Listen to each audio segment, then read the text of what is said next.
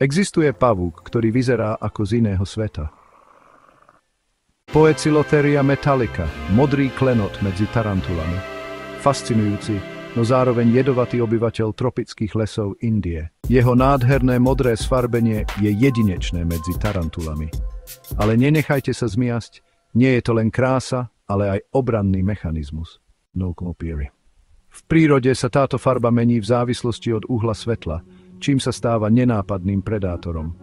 Poecilotheria metallica pochádza z Indie, kde obýva dutiny stromov v tropických lesoch. V dôsledku odlesňovania patrí medzi ohrozené druhy a v prírode jej počet neustále klesá. Hoci je nádherná, táto tarantula nie je pre začiatočníkov. Jej jed je silnejší ako u väčšiny bežných tarantúl a môže spôsobiť bolestivé symptómy, vrátane svalových krčov a opuchov. Navyše je extrémne rýchla a plachá, čo ju robí nepredvídateľnou. Napriek svojej jedovatosti je Poecilotheria metallica obľúbeným druhom medzi skúsenými chovateľmi.